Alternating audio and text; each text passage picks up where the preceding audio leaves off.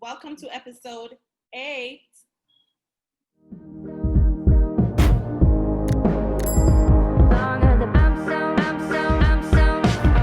Today, we wanted to do a check-in.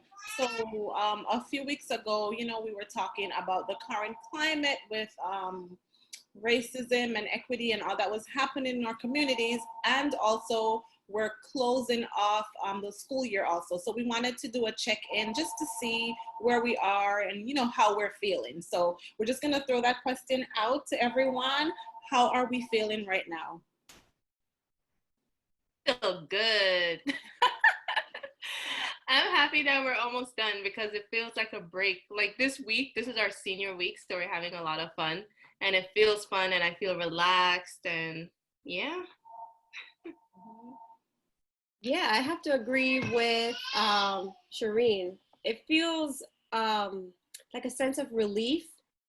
Like I feel like I had tension here, in my head, just like it's gonna blow up, and I just feel a little chill this week, even though we, you know, still have work to do before we get done. And in terms of like what's happening around me, I still feel a little bit anxious to what's happening in the media, to see what's going to happen in a few weeks, if everything's just going to be forgotten and we're just going back to our regular way. But overall, I'm feeling all right. Well, I'm feeling kind of worried. I know I'm happy that we're finally going to be over, but now I start thinking about September. What is it going to look like? What is the amount of work that we're going to be expected to do? And how are we going to get along with the new kids coming in if they're being taught virtually or in the classroom? I mean, all of the unanswered question is definitely making me worry a bit.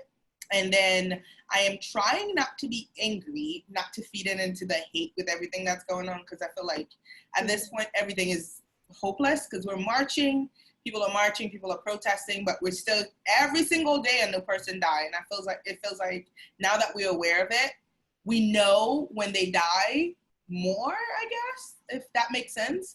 Like It's like every day you wake up, someone else's name is on social media, and they're saying that police brutality again. So it's just like this cycle of pain, fear, and worry.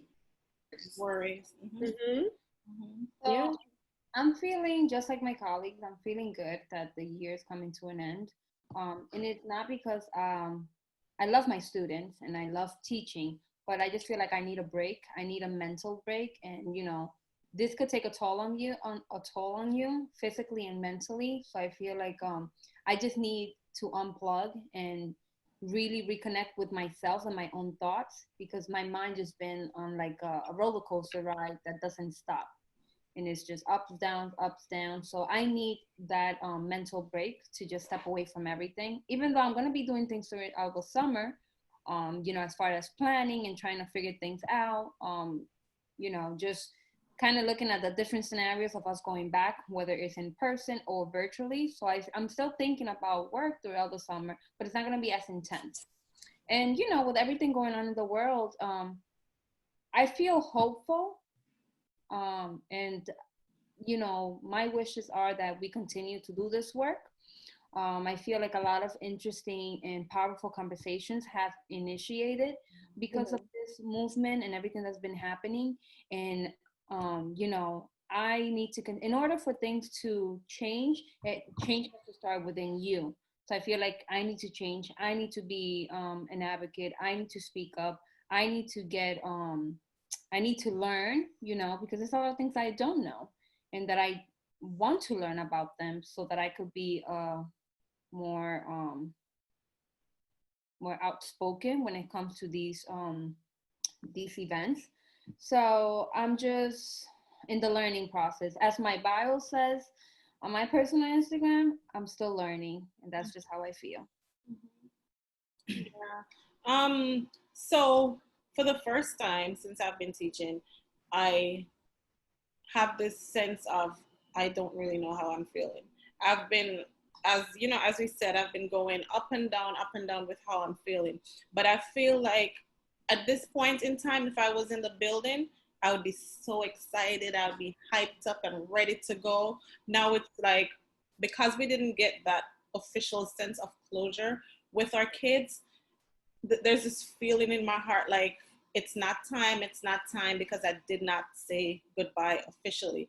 And it hurts, And I spoke about, making, contact, and some of my other colleagues, talked about contacting our students over the summer break, which is crazy, but yeah, because we're going to miss them, and we just did not get to close off the year how we wanted to. So, I'm thinking that that's going to be something that I'm going to make happen. And just for our babies, because I still don't feel that joy, that final week joy that I usually feel. And I think it's also because we didn't get the closure. Yeah. That's what I miss, saying goodbye to the fifth graders. That's true. Like it feels, yeah. It does, yeah. Especially those fifth graders, like those were Gladys and I first kids, our first students, and no, Joes, not the fifth graders. No Yeah. offense. Yes, Last year, class, last year they were my fourth graders, and yeah. then remember I'm in fourth grade. Oh, so this is your. This is my okay. I'm sorry, but I was saying, like when we go back, when we go back into the building, like they won't be there. So we didn't really get a chance to say goodbye to them before they go to middle school, and that's just feels as if we're going like on one of our breaks throughout the year, like our midwinter. Yes. That's how I feel. And also with everything else that's happening, still a bit sad, because there's still things that are happening out there that, and a lot of them are not coming to the forefront as they should be. Not a lot of them are not on the media openly, where they should be, but we're seeing them through social media. We're hearing through the grapevine that a lot of things are happening, which have me very, extremely concerned, because this is the first time that I felt like what the protests and the marches and the everything, the lobbying and the advocacy and all of that has been, making changes. But then it's like, okay, so there are a group of people who are fighting for us and are doing all these things, but then there are a group of people out there who are still against the mission, against what is happening, and they are retaliating and they're reacting. And what are the effects of their reactions? It's very scary. So I'm very hopeful still, and I'm happy for those official changes that have occurred so far, but we're just hoping that there will be checks and balances and systems put in place to ensure that everything happens safely and in the right way, because this is serious. And I feel just like you, Charlia. I feel like every revolution has an opposite side. There are many of us that are for the change and that are fighting and that are doing our due diligence to become better. But I feel like there's always going to be people out there that we're just going to have to educate one way or another. And they're always going to be on the opposite side of what is right, because most importantly, you have to know right from wrong. And there's always people that are going to be on the opposite side of what is the right thing to do. But as individuals, I think that is upon ourselves to really try to make changes in us in order to inspire change in the world. Well, I think that's where that's what is so upsetting for me, Gladys, is that you always think, well, there's always going to be an opposite side, or you always think people are going to decide to do the right thing. And some people, they have the evidence, they see the thing, but they just choose to do the wrong thing because it doesn't really affect them. And I think that's what's scary, because regardless of how much education now, now more than ever, that's better. Now more than ever, we can see all the resources we want online. We can see the videos, we can read about the things. People can educate themselves. They choose not to. And they choose not to associate with the cause. So that's what's so upsetting. Like, it's just. But Josie made a good point. You said that it doesn't affect them. So if something is already beneficial to you, like if there's a system in place that is beneficial to you, why would you want to make that change? And I think that's the vision that a lot of the people who are against these changes carry. It's like they're, what is that word where disassociation or something like that, where they can't relate to it. So it's like, why are we fixing something that they don't see that's even broken to begin with? I mean, how could you not see? Like, I just can't wrap my head around how can you not see? It's crazy how many people are oblivious to all the things that are going on. Every day it's like news to them. What? This happened? This happens? Like, it's crazy. But I'm grateful for all that there are changes happening after all that's happening. A lot of people think, oh, what is protesting doing? What is this doing? But there's a lot of changes happening. If you just think about how Juneteenth was widely celebrated. Before, it would just be, oh, me and my friends either talk about it on the day or you know, I about it. a couple in my whole lifetime Juneteenth barbecues, but it wasn't really, a lot of people didn't even know about it, you know? Or just how all the companies are trying now to be more diverse. I'm kind of like iffy about that too, because you know how they said, like, you would think these people just realized Black people just came out. Oh, what is it? Yes. Money. It's all about money. But yeah. It's all about money. They're afraid of losing money. So I don't want the pity party. I don't want you to be exactly to think that because you're going to change a name on a label, it's going to make a difference. That's not what this is about. That's not what this is about. Yeah, we understand that, okay, they have slavery connotations or all of that, but that's not what this is about. Oh, so you changed the label on your product and okay, so you're okay now, you're pro-Black and no, that's not what this is about.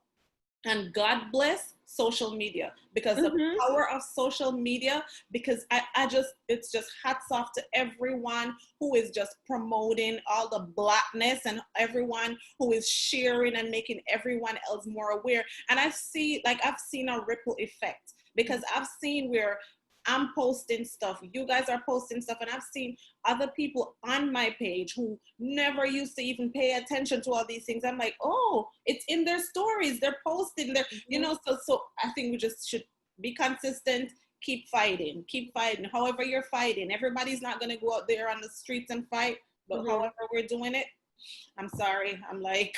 No, it's okay. I feel like the superficial changes need to have like underneath it all needs to have like real stuff put in place. Like, we don't want to forget like why this is even starting to begin with, because I feel like now it's like a lot of highlights on, you said, like the products, the names of the streets. Like, I'm sorry, I grew up in Bed-Stuy, Marcus Garvey Boulevard, we know who he is, Malcolm X Boulevard, and all these streets and blocks are named after these prominent people who wanted change in history. But here we are in 2020 still fighting for what they were fighting for. So I don't want it to just stop there, you know? Yeah. But just to add to what you said and piggyback on what you said, I feel like because of the climate of the country right now and where we are and how aware people are becoming, I feel like people are doing their research. They're reading more. They're really trying to educate themselves and understand how these systematic ways of oppression affect, even though it doesn't affect you directly, but how does it affect other people?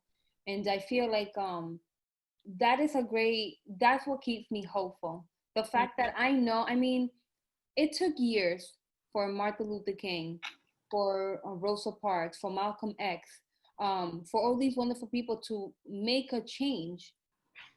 Gloria Ladson-Billings, she's a great pioneer of education and a great advocate for minority students in schools. But I feel like it took them many years to see the progress that we are in today. Unfortunately, it's not the progress that we want to see, and we know that we could do better. However, I feel like we need to stay consistent and continue fighting the good fight in order to see the real progress that we want to see. But that's the thing, we need to stay consistent. Consistency is going to be key. And I feel like we cannot just drop the ball and go out about like, okay, well, this was done and I think we're fine. I agree with you, Gladys. Yeah, I agree with the consistency, because I feel in my heart like this might only be momentary and I don't want it to be, you know. I feel so like I try to bring it up every day just to keep it in the back of some people's head. But my goal is that it continues so that we continue to see changes and the changes get bigger and bigger, and what we need is actually put in place rather than just the superficial things like you guys. And the new, like the generation today, what do you call them, millennials or Generation X, generation X, Millennials, right? Oh, yeah, Generation X. They will fight, but that the patience that we have, the level of tolerance that we have, they don't have that. So if they're a part of what's happening now and they see that it's not affecting change, the consequences are going to be different. So it's either they're going to stop or it's going to take on, full force. So things have to happen. It's not like us who were just patient and would sit back, and it's a whole different world out there now. This generation, they're ready for change, and they're not scared. They don't fear actions, because they have actions and plans put in place in order to make the change. But I feel like it's still up to us, the previous generation, to stay consistent in pushing them forward and supporting them, because in a way we need to support them in order for them to make those steps that is going to guide to real change in this country.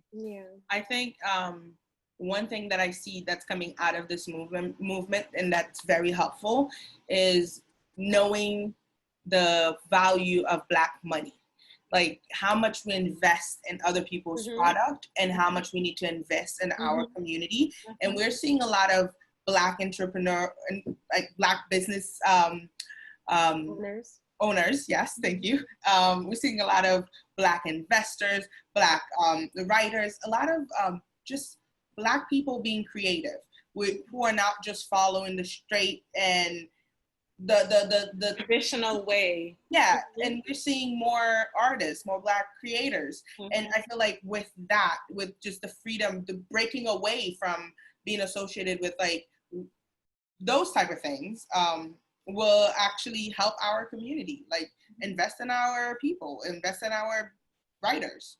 Hair products, companies, clothing lines. I feel like this is something that this movement has brought. It is that just awareness about, where we investing our money to and how we actually not giving back, but how are we lifting each other up. When you said the hair product, there was a whole thing about who owns the hair product that we're using. Yeah, and they showed it. I was very surprised that a lot of the hair products I own are made by white people, which is like, which are made for Black people. With Black that's face. the part that was, and we're not, just understand, everyone, viewers, we're not saying that we're not supporting white. We're not saying that we're not going to, buy products from, that's not what we're saying. But we're saying that, there are a lot of Black businesses, Black owners out there who are kind of shrugged under the carpets, or just not in the spotlight like the other products, because they're small businesses, because because probably they're Black, because they don't have the funding, they don't have that kind of resource to advertise and to commercialize them as everyone else. But so we're just saying we need to support them also. But I think these big businesses realize that they know Black dollars is a thing. I think that's why a lot of them are speaking out now and having section on their website for you to learn more about Black lives and how you can help them. And I'm just like, because they know people are going to go on social media and say, Nike, are you going to speak up? Wendy's, are you going to speak up? Who are we going to cancel next? So they know where a lot of their money come from. So. With the whole Band-Aid thing, Band-Aid didn't know Black people existed. Like Shereen said, we just came out. So now we have Black Band-Aids. True. So thanks for watching. It's our hope that you continue the fight. It's our hope that in whatever way you can make a difference, you do. Just don't stop. We just have to keep the momentum, and we have to educate our kids. We have to educate our families. There are a lot of people out there who just honestly don't know. There's some people who don't care to know, and then there's the people who really, really are willing to learn. So if we can at least affect the life of one person at a time, it will make a difference, because that triple effect is very important. So just keep sharing, and always remember to check in to see, you know, where you are with your friends, where you are with your family. And until next time, we're checking out. Bye.